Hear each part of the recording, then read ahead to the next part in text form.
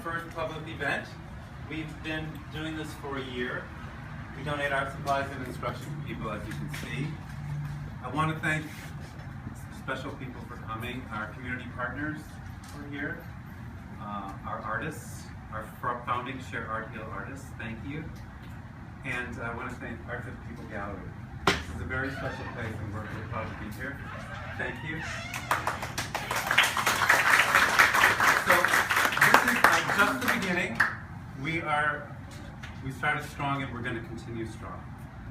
Since it's our first year, we have our first awards to give out. I'd like to introduce you to Elizabeth Hendley. Elizabeth is the art therapist and Elizabeth has been with us since the beginning.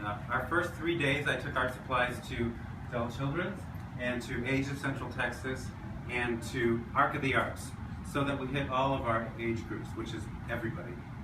And Elizabeth has been there and given us some great advice. She's advised us on our art kits and has helped with art building days and has helped with so many things. So we have an award for you, Elizabeth.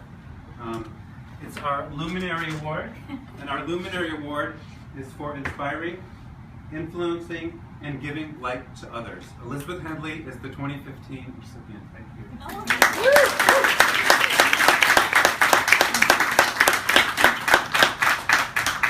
Did you want me to say anything? Oh, no, okay.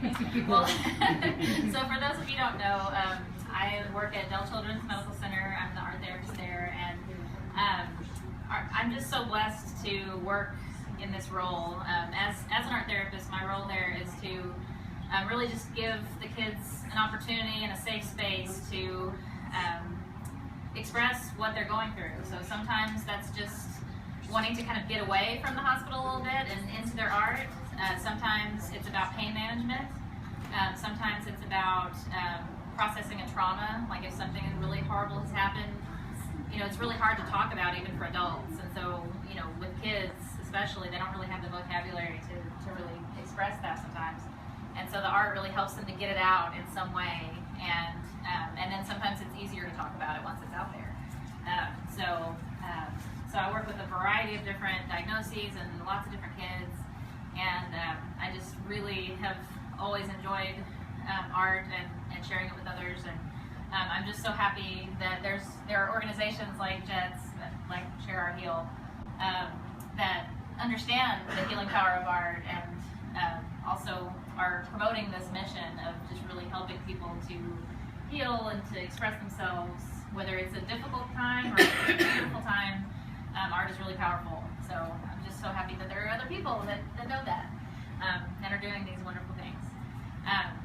And I'm so happy that I was able to invite one of my patients, Michaela, and her mom are here. And I won't spoil their story, but I just want to tell you that from my perspective, I've known Michaela since she was 9 years old. And over the years, I've just seen so much growth and so much maturity and so much beauty and inspiration from her and her family. And I just really have been privileged to work with her for all those years. And I'm so happy to introduce them to you. So here's Elena and Michaela.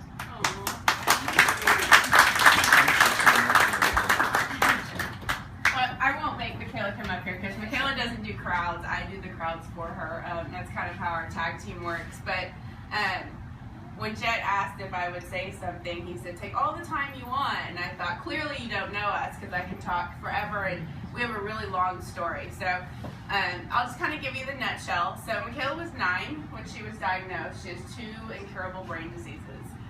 Prior to that, she was a perfectly normal, healthy kid. So she knows what it's like to be healthy and she knows what it's like to be sick.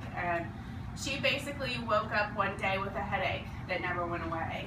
And I think all moms can relate when I say I knew something wasn't right. This wasn't just a headache. Something was really wrong.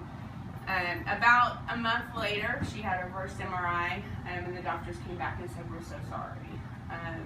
A couple months after that, she had her first brain surgery, and then about 6 months after that, she was diagnosed with a second brain disease.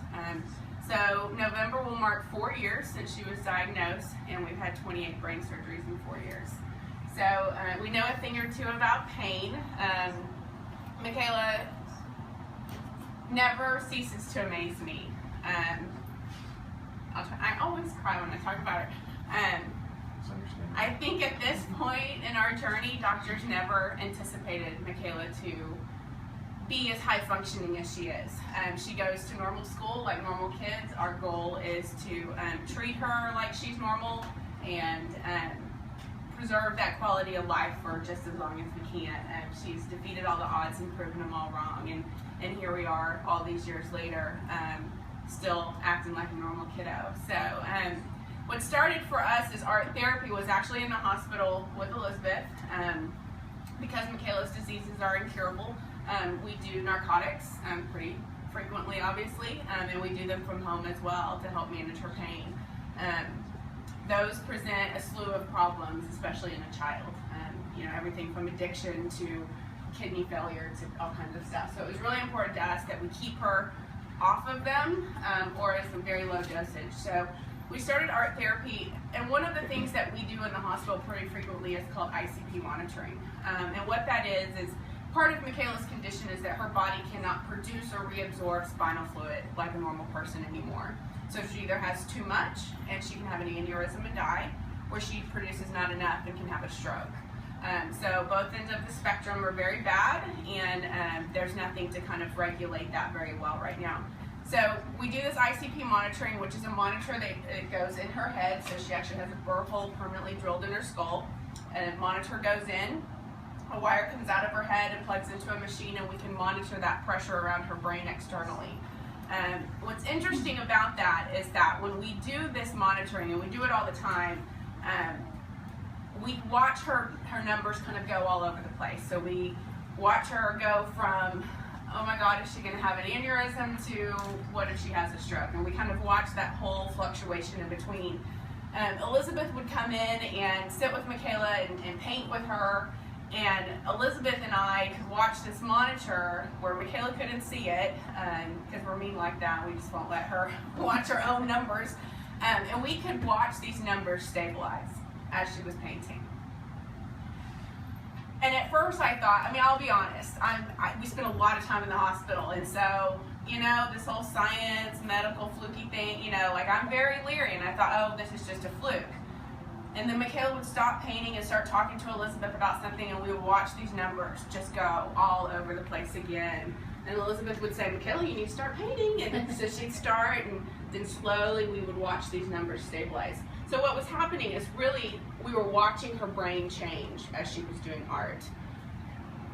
And after the first few times of her doing that, I thought, there might be something to this. And so we would call neurosurgeons in and we would say, look at this. Like, there's something to this painting thing where we're watching her brain change.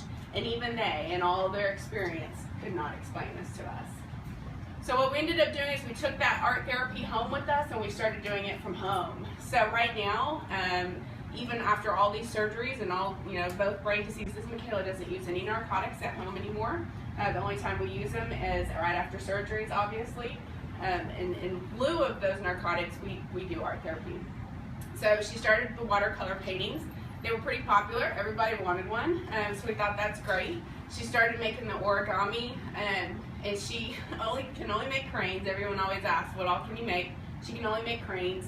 And kind of the legend of that is, there's a Japanese legend that if you make 1,000 paper cranes, you get a miracle. And so that's really what it started for Michaela, is because both of her diseases are incurable. Not only do we rely on doctors to help her, we rely on our faith, we rely on God to help her, but we also rely on some little legends every now and then. It can't hurt, right? So she makes these cranes and she sells them. They're pretty popular. They're gorgeous, strung all together. So when we were asked to be a part of this, for us, we don't really consider ourselves artists. I'm certainly not. I'm just kind of the brains behind it. I run our website and that kind of stuff. But I think for us, it was more about our message and just getting that message out there. We titled our business our Strength Project because it really was, for us, a lesson to the world in strength. I think we can all relate and say that we've been through some really hard times in our life. And strength is a choice and not a feeling. And that's really what we rely on, because every day we have to make the decision that today we're going to be strong, and today we're going to get up, and today we're going to fight this battle, even on the days that we really don't feel like we can. And I think that's an important lesson for everybody in life, because there's a lot of days that you just don't think you can do this anymore. And the reality is you can, because I have a 13-year-old little girl that's doing it every day. So we were very honored to be a part of this, and thank you so much for letting us come out and share our story with the world. We're honored to have you here. Michaela, this is for you. You are the first recipient of the Courage, Faith, and Love Award, and that's inspired by your motto. This is for inspiring strength in others by sharing your story of courage, faith, and love. Thank you for being a founding sharer.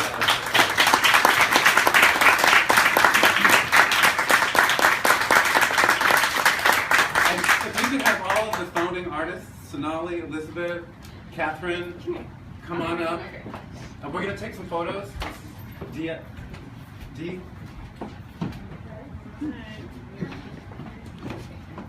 David, Dean.